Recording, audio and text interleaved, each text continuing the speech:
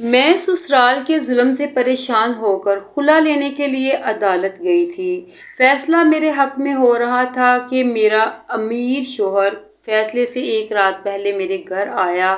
اس نے میرے بھائی بھابھی کے سامنے پیسے سے بھرے بیگ رکھے اور کیس واپس لینے کا کہا تو بھائی پیسے دے کر راضی ہو گئے۔ میں نے رو کر بھائی کو روکنا چاہا پر انہوں نے کہا اگر میں نے کیس واپس نہ لیا تو وہ میری شکل نہیں دیکھیں گے۔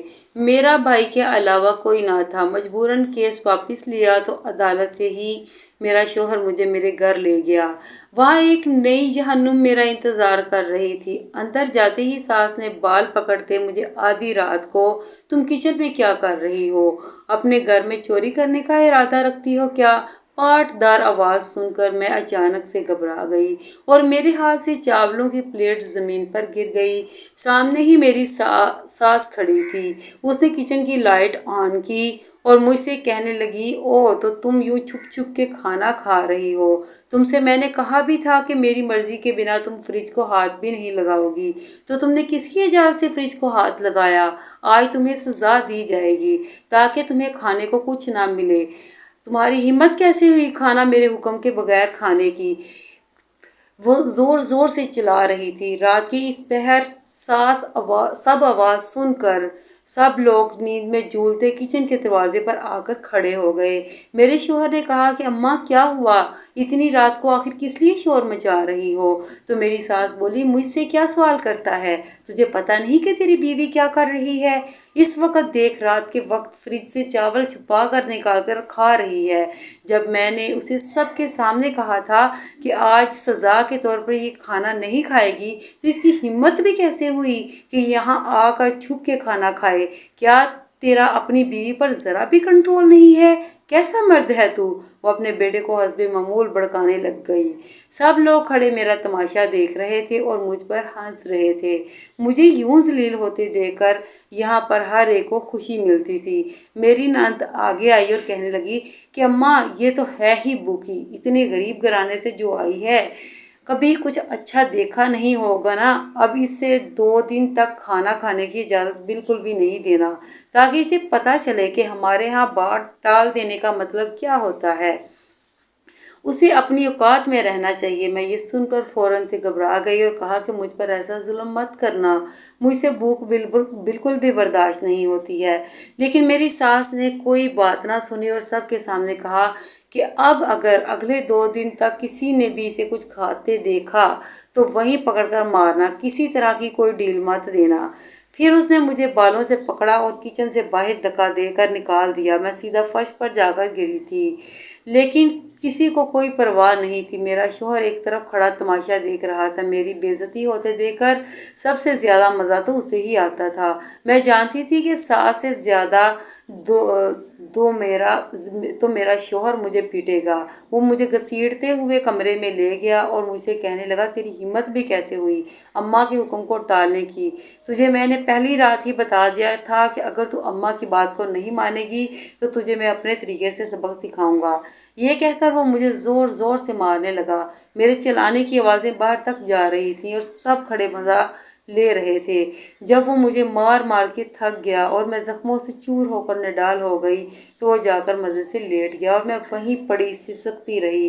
میں جانتی تھی کہ یہاں پر کوئی بھی میرا ساتھ نہیں دے گا، کسی کو بھی مجھ پر رحم نہیں آتا ہے۔ زخموں سے چور اپنا بدن سنبھالتی میں بمشکل بستر تک آئی تو میرے شوہر نے کہا کہ تیری ہمت کیسے ہوئی میرے برابر لیٹنے کی؟ تیری جگہ زمین پر ہے، وہاں جا کر لیٹ۔ اس کی بات سن کر میں چپ چاپ زمین پر آ کر لیٹ گئی۔ میرے پاس سر کے نیچے رکھنے کو تکیہ بھی نہیں تھا کیونکہ دوسرا تکیہ میرے شوہر نے اپنے پاس کر لیا تھا۔ وہ جانتا تھا کہ مجھے تکیے کی ضرورت پڑے گی، اس لیے جان بوجھ کر مجھے تکلیف دینے کے لیے اس نے ایسا کیا تھا۔ میں لب بھینچ کر کروٹ بدلے لیٹ گئی اور اپنی قسمت پر آنسو بہانے لگی۔ اس کے علاوہ میں کچھ کر بھی نہیں سکتی تھی۔ صبح میں گہری نیند میں تھی، اسی وقت میرے کمرے کا دروازہ زور زور سے بجنے لگا۔ میں ہڑبڑا کر نیند سے اٹھی تو دیکھا میرا شوہر گہری نیند میں سو رہا تھا۔ میں اٹھ کر بھاگتی بھاگتی دروازے پر آئی۔ نہ جانے اب کیا آفت آ گئی تھی جو یوں صبح صبح کمرے کا دروازہ زور زور سے بجایا جا رہا تھا۔ میں نے ڈرتے ڈرتے دروازہ کھولا تو سامنے ہی میری ساس کھڑی تھی۔ کہنے لگی وقت دیکھ رہی ہو کیا ہو رہا ہے؟ اب تک تو اٹھی کیوں نہیں اور کچن میں ناشتہ کیوں نہیں بنا رہی؟ تجھے پتا ہے کہ میں شوگر کی مریض ہوں، مجھے کھانا چاہیے ہوتا ہے فوراً۔ اب کھڑی کھڑی میری شکل کیا دیکھتی ہو؟ جا کر ناشتہ بناؤ۔ جو اپنے دکھتے جسم کے ساتھ بہت مشکل سے کھڑی تھی، ساس کا غصہ دے کر فوراً سے سر ہلایا اور کہا کہ میں بس ابھی آ رہی ہوں۔ میں جلدی سے واش روم گئی، منہ ہاتھ دھویا اور باغی کچن میں آئی اور ناشتہ بنانے لگ گئی۔ میں جانتی تھی کہ اب سب لوگ جان بوجھ کر باری باری آ کر مجھے پریشان کرنے کے لیے الگ الگ فرمائشیں کریں گے، حالانکہ سب کو ایک جیسا ہی کھانا ہوتا تھا، لیکن جان بوجھ کر مجھے تنگ کرنے کے لیے کوئی کیا فرمائش کرتا تو کوئی کیا فرمائش کرتا، جس وجہ سے میں 9-10 بجے تک سب کی فرمائشیں ہی پوری کرنے میں مصروف رہتی اور اس دوران میں ایک نوالا بھی نہ کھاتی تھی۔ ویسے بھی اپنی ساس کی اجازت کے بنا مجھے کچھ کھانے کو ملتا نہیں تھا۔ وہ مجھ پر بہت ہی سخت نظر رکھتی تھی، پورا دن مجھ پر گدھوں کی طرح نظر رکھتی اور پھر پورا دن صرف ایک وقت کا کھانا کھانے کی اجازت دیتی تھی۔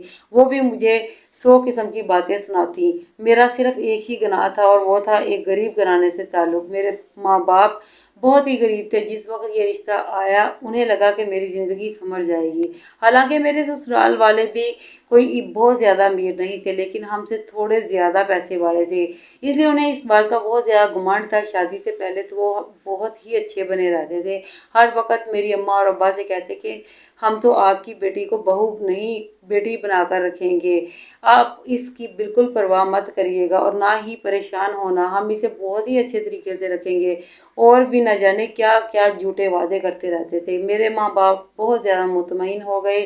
یہ سب تو بعد میں پتہ چلتا ہے کہ انہوں نے غریب گھرانے کی لڑکی کو چنا ہی اس لیے تھا تاکہ اسے دبا کر رکھ سکیں۔ ان کی دوسری بہویں ان کے اپنے خاندان کی تھیں اور ان سے دبتی بالکل بھی نہیں تھی، اس لیے میری ساس نے بہت ہی سوچ سمجھ کر میرے گھر میں رشتہ لایا۔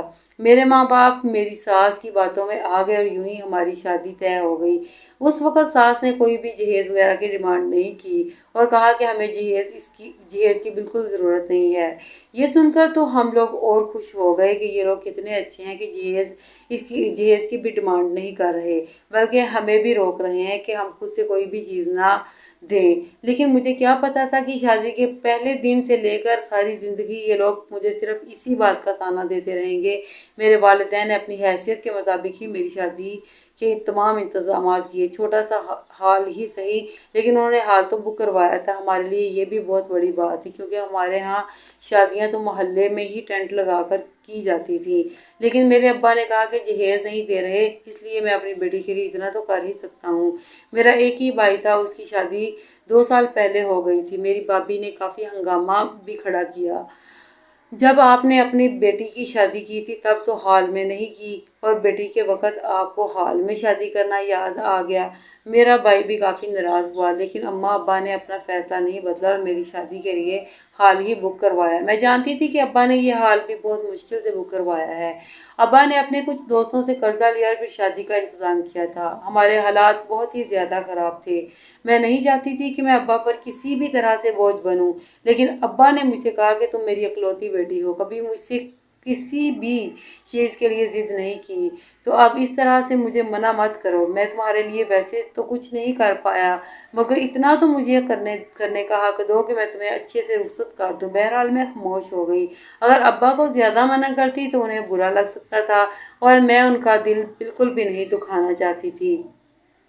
شادی کے موقع پر بھی میری ساس بہت ہی اچھی بن رہی تھی اور ہر ایک کے سامنے بار بار یہی بات کہہ رہی تھی کہ ہم نے شادی کا سارا انتظام خود کیا ہے، لڑکی والوں پر بالکل بھی بوجھ نہیں پڑنے دیا، اور نہ جانے کیا کیا۔ اس کا یوں بار بار جتانا ہمیں بہت برا لگ رہا تھا۔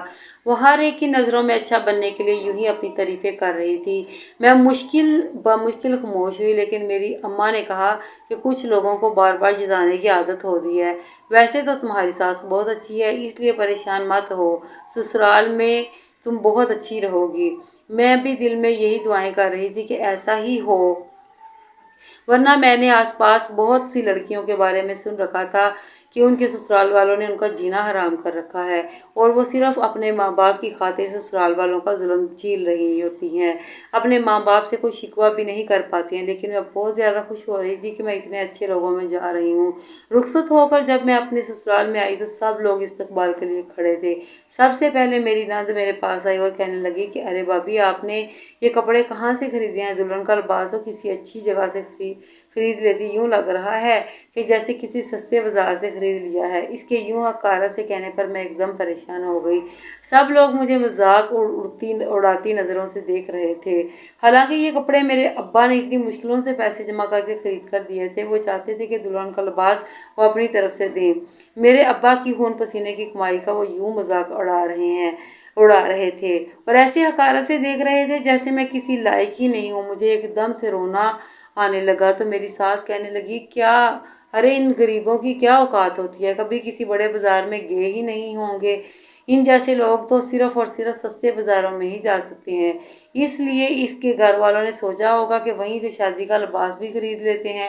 لیکن میں کیا بتاؤں، شادی کے دوران تو سب نے مجھ سے اتنی بار سوال کیا کہ لڑکی نے اتنے سستے کپڑے کیوں پہن رکھے ہیں۔ اب میں انہیں کیا جواب دیتی کہ کن غریبوں میں ہم نے رشتہ کیا ہے۔ اس وقت تو میں نے کسی نہ کسی طرح سے بات سنبھال ہی لی، لیکن اب لوگوں کو کیا کہیں گے کہ ہماری بہو تو جہیز میں کچھ لے کر ہی نہیں آئی۔ ارے اگر ہم نے بولا تھا کہ نہیں لانا تو اس کا کیا مطلب ہے جہیز نہیں دیں گے؟ اس کے ماں باپ تو اسی انتظار میں بیٹھے تھے کہ ہم مفت میں ان کی بیٹی کو لے جائیں، اور دیکھو یہ خالی ہاتھ چلتی یہاں پر آ گئی، جہیز کے نام پر کچھ بھی نہیں لے کر آئی۔ میں نے تو سوچ رکھا تھا کہ جب میرے بیٹے کی شادی ہوگی تو اوپر کا پورشن میں اس کی بیوی کے سامان سے ہی بھر دوں گی، لیکن میری خواہش تو صرف خواہش ہی رہ گئی، میں تو بس جہیز کے خواب ہی دیکھ سکتی ہوں۔ میرے بیٹے کی قسمت پھوٹی جو ایسی لڑکی اس کے ماتھے لگ گئی، پتہ نہیں کیسے اس کی زندگی گزرے گی۔ میری ساس ایسے واویلا کر رہی تھی جیسے یہ شادی زبردستی کروائی گئی ہو، حالانکہ سب کچھ اس نے اپنی مرضی سے کیا تھا۔ مجھے کچھ سمجھ نہیں آ رہا تھا، وہ سب لوگ اتنا اچانک سے بدل گئے تھے کہ مجھے سوچنے کا موقع ہی نہیں ملا کہ کیا کہوں اور اس موقع پر کیا کروں۔ وہ لوگ میری گھبراہٹ کا مزید فائدہ اٹھا رہے تھے۔ پھر میرے شوہر کو میرے برابر لا کر بٹھایا، کہنے لگے کہ ہم مووی بنانا چاہتے ہیں۔ اسی وقت میرے شوہر کی ایک کزن کہنے لگی، ارے دلہن اور دلہا کی جوڑی تو بالکل بھی اچھی نہیں لگ رہی، دلہن کا رنگ اتنا خراب ہے کہ اسے دیکھ کر ہی الٹی آ رہی ہے، کم از کم کسی اچھے پارلر سے میک اپ ہی کروا لیتی، لیکن ان غریبوں کو ان سب چیزوں کا کیا پتہ۔ میں اچانک سے رونے لگ گئی اور کتنی بے عزتی سہتی، اس لیے میری آنکھوں سے آنسو نکلنے لگے۔ یہ دیکھ کر میری ساس بولی، اب ہمارے سامنے رونے کا ناٹک کرے گی، چل اٹھ جا، اپنے کمرے میں جا۔ میری نند مجھے ساتھ لیے کمرے میں چلی آئی۔ میں ابھی بیڈ پر بیٹھنے ہی لگی تھی کہ اس نے مجھ سے کہا کہ ارے بھابھی وہاں کیوں بیٹھ رہی ہو، بیڈ شیٹ بہت ہی قیمتی ہے، آپ کے بیٹھنے کے لائق نہیں ہے، یہاں نیچے زمین پر بیٹھ جائیں۔ کوئی بات نہیں ہے، نیچے کارپیٹ بچھا ہوا ہے۔ یہ سن کر ذلت کے احساس کی وجہ سے میرا چہرہ سرخ ہو گیا اور لوگ قدم قدم پر مجھے ذلیل کر رہے تھے اور مجھے اس بات کا احساس دلا رہے تھے کہ آگے آنے والے دنوں میں وہ میری زندگی جہنم بنانے والے ہیں۔ پتہ نہیں میرا شوہر مجھ سے کیسا رویہ اختیار کرے گا، میں تو یہ سوچ کر پریشان ہو رہی تھی۔ نند کے کہنے پر میں نیچے کارپیٹ پر بیٹھ گئی، وہ ہنستی ہوئی وہاں سے چلی گئی۔ تھوڑی دیر بعد دروازہ کھلا اور میرا شوہر اندر داخل ہوا۔ میں فوراً سے سیدھی ہو کر بیٹھ گئی۔ اب تک جتنا برا رویہ میرے ساتھ اختیار کیا گیا تھا اسے دیکھتے ہوئے مجھے کافی ڈر لگ رہا تھا۔ شوہر میرے پاس آیا اور کہنے لگا کہ یوں بیٹھے بیٹھے کس کا انتظار کر رہی ہو، جاؤ جا کر اٹھ کر کپڑے تبدیل کرو، تمہیں کیا لگتا ہے کہ میں تمہارے دیدار کے لیے مرا جا رہا ہوں؟ تم جیسی شکل اور رنگت والی لڑکی میرے قابل ہے ہی نہیں۔ سن لو، مجھے تم جیسی لڑکیوں میں کسی قسم کی کوئی دلچسپی نہیں ہے، نہ ہی تمہیں فیشن کے بارے میں کچھ پتہ ہے اور نہ کسی اور چیز کے بارے میں۔ تم تو میرے لیے صرف ایک بوجھ ہو اور میرے پاؤں کی جوتی ہو۔ اور ہاں، ایک بات یاد رکھنا، اس گھر میں سب کچھ میری اماں کے حکم کے مطابق ہی ہوتا ہے۔ اگر تم نے ان کے حکم کے خلاف جانے کی کوشش کی بھی تو یہ یاد رکھنا کہ وہ دن تمہارا اس گھر میں آخری دن ہوگا۔ میں تمہیں خوب ذلیل کر کے طلاق دے کر یہاں سے نکال دوں گا، پھر اپنے ماں باپ کے گھر بیٹھ کر روتی رہنا۔ اس کی یہ بات سن کر میں فوراً سے گھبرا گئی اور اسے کہا کہ ٹھیک ہے، میں آپ سب کی بات مانوں گی۔ مجھے یوں بے بس دیکھ کر وہ مسکرا اٹھا۔ میں جلدی سے اپنے کپڑے وغیرہ تبدیل کر کے بستر پر آ کر لیٹ گئی۔ میرے شوہر نے مجھ پر ایک نگاہ بھی نہیں ڈالی تھی، میں رخ موڑے بے آواز روئے جا رہی تھی۔